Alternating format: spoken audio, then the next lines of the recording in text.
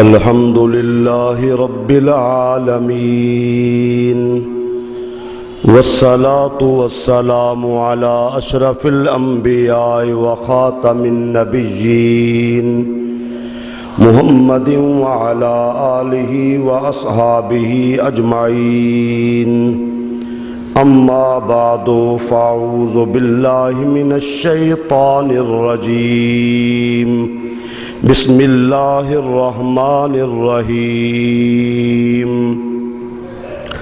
ان الذین یؤذون اللہ ورسولہ لعنہم اللہ فی الدنیا والآخرہ وأعد لهم عذابا أليما قال النبي صلى الله تعالى عليه وسلم اول من يبدل امتی يقال له يزيد اول من يبدل من سنتی يقال له يزيد او كما قال رب اشرح لي صدري ويسر لي امري واحلل عقدة من لساني يفقهوا قولي قال الله تبارك وتعالى في شان حبيبه مخبرا وآمرا إن الله وملائكته يصلون على النبي يا أيها الذين آمنوا صلوا عليه وسلموا تسليما اللهم صل على سيدنا ومولانا محمد وعلى آل سيدنا وأصحاب سيدنا ومولانا محمد وبارك وسلم وصلوا عليه صلاة وسلاما عليك يا سيدي يا رسول الله وعلى آلك وأصحابك يا سيدي يا حبيب الله اللہ رب العزت کی حمد و ثنا حضور نبی کریم رؤوف الرحیم علیہ الصلاۃ والسلام کی ذات گرامی پر درود و سلام عرض کرنے کے بعد دعا ہے خلاق کائنات مجھے کلمات حق کا محبت کے ساتھ بیان کرنے کی توفیق عطا فرمائے۔ اللہ تعالی ہم سب کو اور ہماری آنے والی نسلوں کو قیامت تک اہل بیت کے ساتھ محبت کرنے کی توفیق عطا فرمائے۔ حق و باطل کے درمیان سن 61 ہجری میں جو بہت بڑا معرکہ پیش آیا کرب و بلا کے میدان میں، ہمارا عقیدہ نظریہ یہ ہے کہ سیدنا امام حسین اور ان کے خاندان اور ان کے احباب یہ حق پر تھے، اور یزید اور اس کے تنخواہ لینے والا طبقہ سارے کے سارے یہ حق پر نہیں تھے۔ دوسری جانب ظلم تھا، کفر تھا، اور اس جانب دین تھا، اسلام تھا، اور یہ صاحب ایمان لوگ تھے، اور اللہ اس کے رسول کے ہاں بڑے مرتبے اور مقام کے مالک لوگ تھے۔ حضور صلی اللہ علیہ وسلم کی اگر ہم احادیث کو دیکھیں تو حدیث پاک میں آتا ہے کہ سرکار دو عالم علیہ الصلاۃ والسلام 3 ایسے قبیلے تھے جن سے حضور کی محبت نہیں تھی، دلی طور کو پسند نہیں تھے۔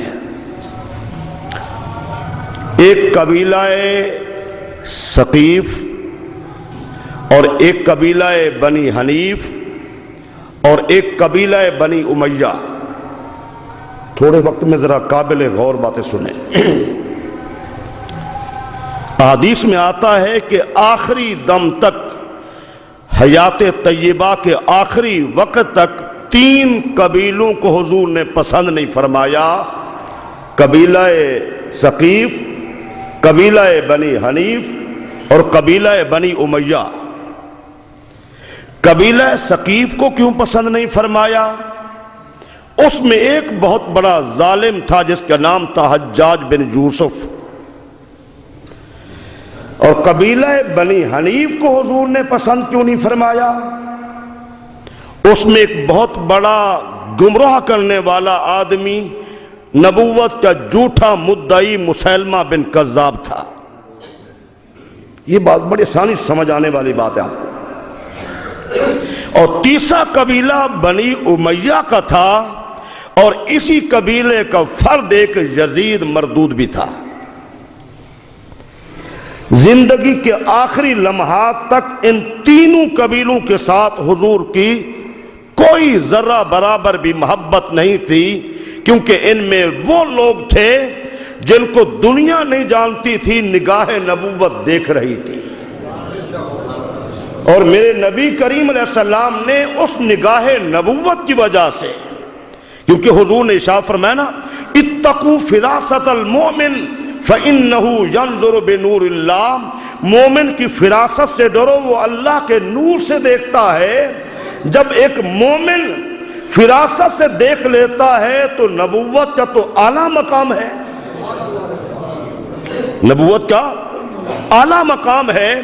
یہی وجہ ہے سیدنا حضرت ابی ہریرہ رضی اللہ تعالی عنہ، جو بالاتفاق امت میں محدث ہیں اور تمام کتب احادیث میں زیادہ حدیثیں جس صحابی سے ہمیں ملتی ہیں وہ سیدنا ابی ہریرہ کی ذات گرامی ہے، اور اس کی ایک بنیادی وجہ کیا ہے، ذرا اس جانب بھی توجہ کریں کہ یہ حدیثیں زیادہ بیان کرنے والے کیوں تھے؟ باقی صحابہ کرام بھی تو تھے، یہ تو ایمان بھی بعد میں لائے ہیں، اور زیادہ حدیثیں کیوں یاد کرتے تھے؟ ایک دن عرض کرتے ہیں حضور ابی ہریرہ آپ سے سنتا بہت کچھ ہے لیکن بھول جاتا ہے۔ یہ حدیث صحیح بخاری شریف میں موجود ہے، ذرا غور کرنا اس حدیث میں۔ حضور نے ارشاد فرمایا ابی ہریرہ، یہ نہیں فرمایا کہ جاؤ فلاں فلاں چیز استعمال کرو تمہارا حافظہ ٹھیک ہو جائے گا، نہیں، ابی ہریرہ اس اپنی چادر کو جو اوپر تم نے لپیٹ رکھی ہے اس کو نیچے بچھاؤ ذرا۔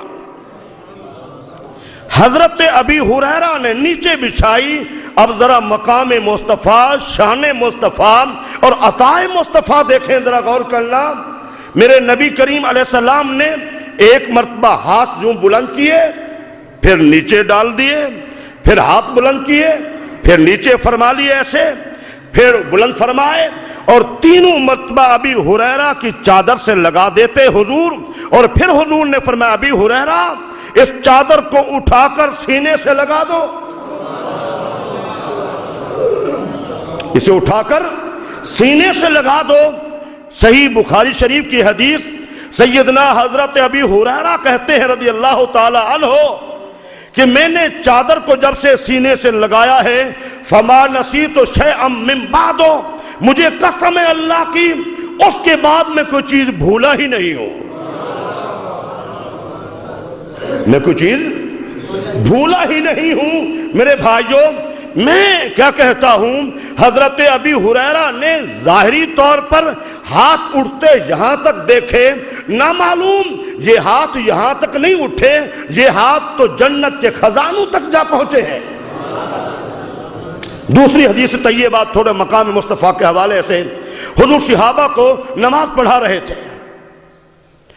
دوران نماز حضور نے ہاتھ بلند کیے، قدم چھوڑا آگے بڑھایا، پھر دوبارہ 2-3 مرتبہ ایسے کیا، نماز مکمل ہو گئی۔ صحابہ نے جو قریب تھے پوچھا حضور خیر تو تھی آج؟ یہ حدیث مسلم شریف میں موجود ہے اور صحیح حدیث ہے۔ حضور خیر تو تھی آج آپ نے ہاتھ بلند کیے اور پھر پیچھے ہٹا لیے؟ حضور نے ارشاد فرمایا میرے صحابہ، اللہ کی جنت میرے سامنے تھی، جنت ہے 7 آسمانوں کے اوپر، اللہ اکبر، جنت ہے 7 آسمانوں کے اوپر۔ حضور نے فرمایا میرے صحابہ، اللہ کی جنت میرے سامنے تھی اور انگوروں کا گوشہ لٹک رہا تھا، اگر میں توڑ لیتا قیامت تک کبھی ختم ہی نہ ہوتا۔ اللہ اکبر یا رسول اللہ۔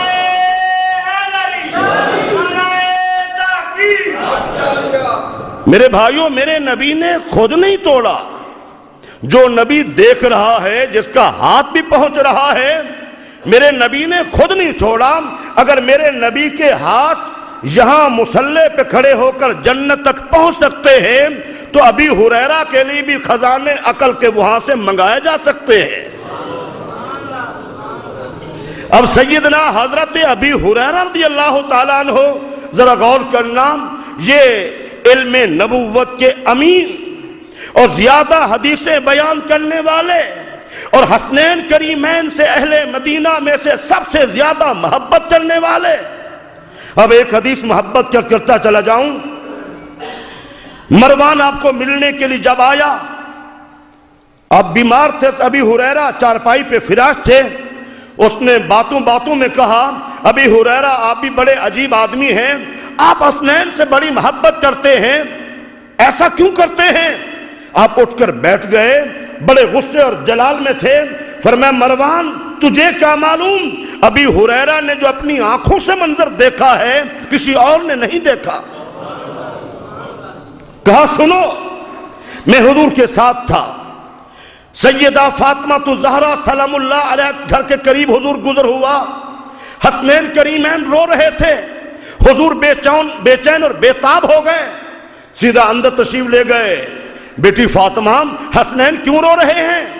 عرض کی ابا جان پانی نہیں ہے، پیاسے ہیں۔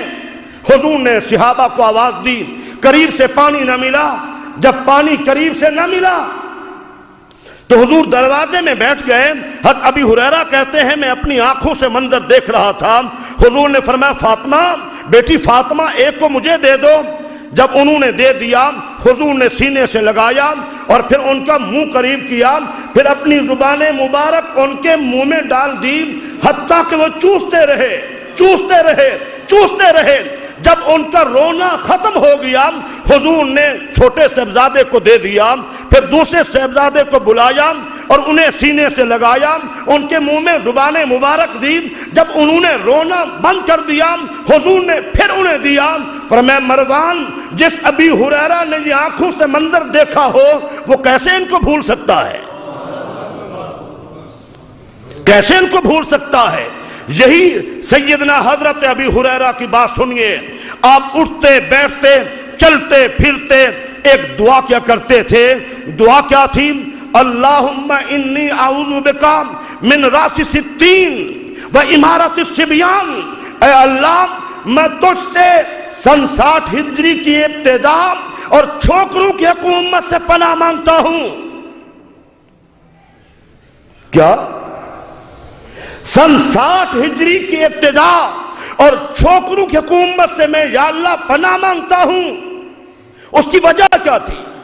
دوسرے صحابہ بھی تو تھے، لیکن حضرت ابی ہریرہ رضی اللہ تعالی عنہ یہ وہ عظیم صحابی تھے، چلتے پھرتے اٹھتے بیٹھتے لیٹتے ان کی یہی دعا ہوا کرتی تھی، اے اللہ میں پناہ مانگتا ہوں۔ یہی وجہ ہے سیدنا ابی ہریرہ کی دعا دربار الہی میں ایسی قبول ہوئی، سن 59 ہجری کو ان کا وصال ہو گیا اور سن 60 ہجری کے ابتدا میں یزید حکومت پہ بیٹھ گیا، تخت حکومت پہ بیٹھ گیا۔ میرے بھائیوں اب ذرا غور کرنا، جب میرے نبی رحمت کے صحابی حضرت ابی ہریرہ کی نگاہ فراست کا یہ علم ہے، یہ شان ہے خدمتگاروں کی، سردار کا عالم کیا ہوگا؟ اللہ اکبر۔ تمام کتب روایات میں یہ آپ کی بات موجود ہے، جو سن 60 ہجری کی ابتدا اور چھوکروں کی حکومت سے آپ پناہ مانگتے رہے، اللہ تعالیٰ نے 59 میں ان کو وفات دے دی۔ اب میرے بھائیوں، میرے نبی نے خواب دیکھا، اور اس بات کو، اس حدیث کو نوٹ کرنے والے کون ہیں؟ شیخ عبدالحق محدث دہلوی رحمت اللہ تعالی علیہ، جو حضور کے روضے پہ حاضر ہوئے۔ ارادہ تھا پوری زندگی مدینہ طیبہ میں گزار دوں گا۔ حضور نے فرمایا عبدالحق تم ہندوستان میں چلے جاؤ، میرے حدیث کو عام کرو۔ کیا مقام ہے، کیا مرتبہ ہے، کیا ان کو اللہ نے عزت عطا فرمائی۔ دنیا میں ہر عالم اور پیر مرید خلفاء استاد یا پیر ڈیوٹی لگاتا ہے، آپ ایسے عظیم انسان ہیں۔ حضور نے خود فرمایا ہندوستان میں چلے جاؤ اور میرے حدیث کو عام کرو، جب تمہیں ضرورت ہوگی ہم تمہیں اپنا دیدار کرا دیا کریں گے۔